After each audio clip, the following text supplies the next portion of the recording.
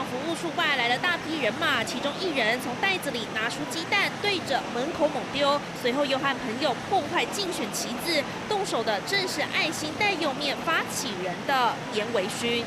地上满是蛋壳，旗子也被丢在地上，就连盆栽也毁损。凌晨服务处外突然有人上门闹事，让里长一家人都被吓坏。看到有人在那边好像在丢东西，听到外面都嘣嘣嘣的声音。可是我那时候很害怕，因为我孙子还有小孩子都在里面睡觉。严维勋带人闹事，原来和选举有关。他这回也登记参选新北议员，但仅得1000多票，吊车尾备选。严维勋喝了闷酒后，跑到连任当选的里长服务处丢鸡蛋呛虾，甚至开直播。严维勋的妈妈在4年前有跟我就是竞争清翠里泄恨，就是说累积这么久，他把那些都花在我这里。